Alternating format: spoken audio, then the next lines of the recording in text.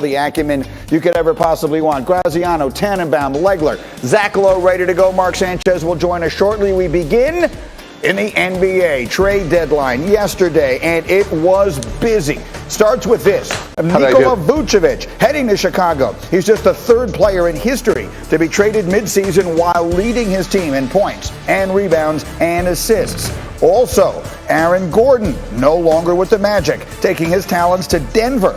Gordon making nearly 38% of his threes this year. 3 and D makes a big difference for the Nuggets. Meanwhile, Miami getting Victor Oladipo from Houston. Elias tells us Oladipo is the first player in NBA history who will average over 20 points a game and play for 3 different teams in the same season. What does it all add up to? After the moves yesterday, the Heat and the Nuggets. Vegas likes what they did. Miami now 30-1 to win the whole thing. Denver now 20-1 to win the whole thing. So it was significant for the moves that were made and perhaps some that were not, like Kyle Lowry, who we very much expected to be traded yesterday, was not. So Tim Legler, as everyone sits back and tries to digest it, in your mind, what was the most important thing that happened on deadline day yesterday? Yeah, there's a lot, but I think the two that jump out to me the most, Greeny, I think first would have to be Aaron Gordon to Denver. I mean, I look at Denver already as a team that's a legitimate threat to the Lakers and Clippers and the Jazz in the Western Conference. They've got an MVP candidate. They've got another star guard in Jamal Murray. Michael Porter, at any time could take that leap where he's a consistent star. And now you add a guy to the mix that is a two-way player.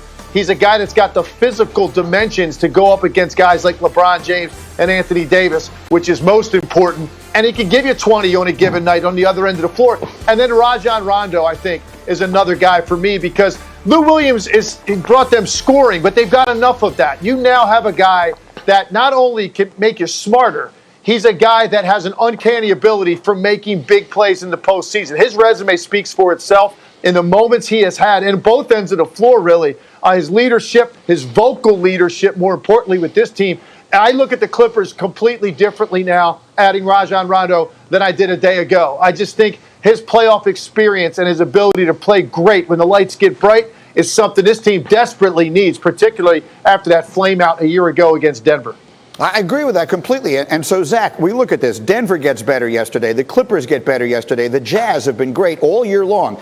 Meanwhile, the Lakers stand pat. We get word that LeBron is going to be out another 3 to 5 weeks. Still waiting to see what happens with Anthony Davis. So yesterday on my radio show, Zach, you said you still like the Lakers to come out of the West if everything works out well. After yesterday's activity, do you still feel that way? I do, just because when you just won the championship and you have LeBron James and Anthony Davis, you deserve a little bit of the benefit of the doubt. But as you said, there are at least 4, maybe 5 teams, depending on what you think of Phoenix's playoff chances, that have a legitimate claim, a legitimate chance to win the West. And the Lakers, after losing again last night, and they can't beat anybody right now without their 2 stars, they're only 2 games up in the loss column in the play-in tournament race, 2 games up on number 7. And by definition, if you're in the play-in, we should be worried about you, especially if you're supposed to be a championship favorite, because you're 1 bad game, 1 great shooting game from Zion Williamson, whatever, away from being out of the playoffs. So yeah, it is time to think, wait a second, where are these guys exactly going to end up in the standings, and what does that mean? And so let's go back to you, Legs, on that. Right as we sit right now, and there are still some moves that will wind up getting made here in the wake of the trade deadline. As we sit right now, who are the teams you like in each conference, Tim? Who do you like in the East? Who do you like in the West?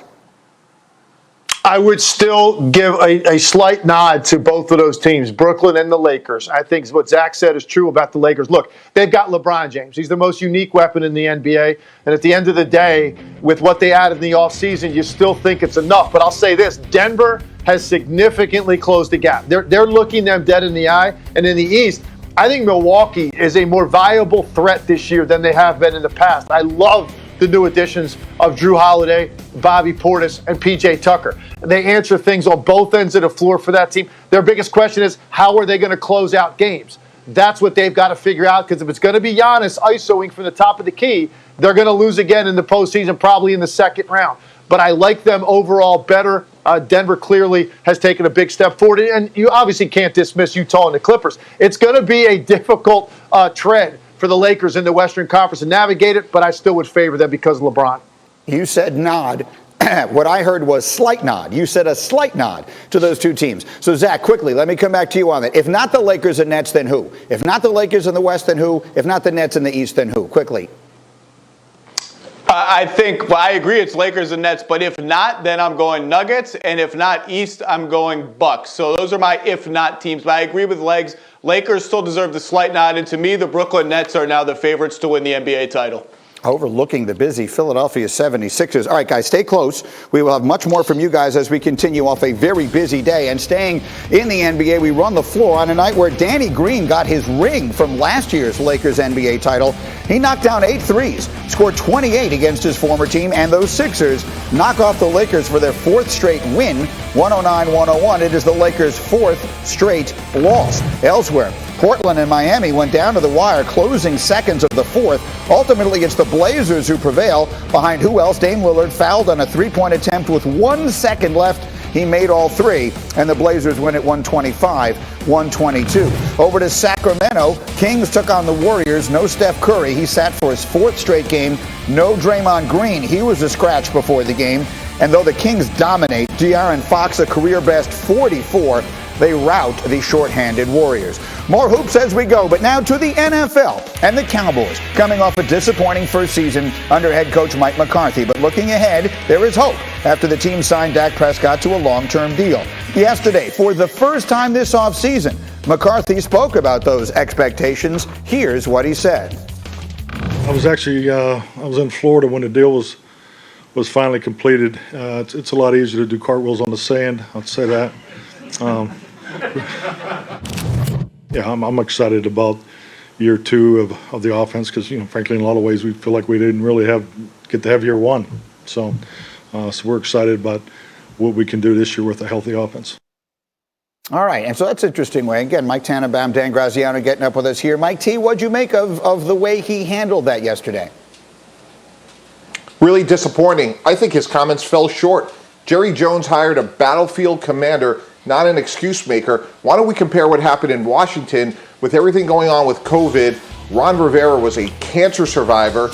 They had 4 different quarterbacks start for them, Greeny, and they won the NFC East. And Ron Rivera, if he had opted out, nobody would have said anything, but he persevered and led his team to the playoffs. So I was disappointed by those comments. Obviously, they want to have a full offseason, have the quarterback, full health. They're getting back a lot of players. I understand that. But you're the head coach, and you want to lead without excuses, and we're in a performance business, and I was disappointed with what he said. He talked at great length about the defense as well, and they've hired the new defensive coordinator, Dan Quinn, because that was really their biggest problem last year. So, Dan Graziano, as we look at it, last year it was all about, to Mike's point, whether you want to call them excuses or reasons, all the things that went wrong. This year, how much pressure do you think there is on McCarthy to win? Probably not as much as there should be, Greeny. I mean, look, if you look at Jerry Jones' history as the owner of the Cowboys, every coach other than one, Chan Gailey, has gotten more than 2 years. And Jerry has expressed that firing Gailey after 2 years was a mistake, and he regrets doing it. So I don't think Mike McCarthy, barring some kind of complete disaster, would be facing any kind of significant job pressure at the end of this year. You hear him talking about last year and how it was kind of a lost year. I think a lot of people feel that way. The Cowboys are excited about their offense. They really feel like Dak Prescott's recovery has gone well. Obviously, the contract they gave him reflects that. They feel like Tyron Smith, their left tackle, who's been in and out of games with injuries the last couple of years, had some work done this offseason that fixed some long-range problems, that he's healthier than he's been in a long time. So they think that offense is going to be excellent, and you can see their offseason focus so far has been on defense. The players they've brought in on defense, and then the hiring of Dan Quinn, who they think will get them back to the style of defense they were playing a couple of years ago when they used to have those former Seattle coordinators. Yeah, look, I mean, they gave up 160 yards a game rushing last year. They have the 10th pick in the draft they can use to try and bolster that defense. But can a coordinator turn that around, Mike T? Can Dan Quinn, I've been sort of jokingly saying if he does, he's the most underpaid person in the world. Can that scheme, can that coordinator turn that defense around enough? Absolutely. Dan's been a very successful coordinator going back to his days in Seattle. He worked under Nick Saban. They got the 10th pick, as Dan alluded to, and if they get a corner and try to fix that secondary, they could be much improved because I know they're going to hustle, they're going to tackle better, they're going to have better fundamentals. So even if they get to the middle of the pack, Greeny, as you alluded to, they'll be dramatically better on defense. And most of the mock drafts I've seen so far have them taking Patrick Surtain, the second out of Alabama, the corner that you're talking about. All right, we're just getting started. Busy on this Friday as we go. Coming up, Ben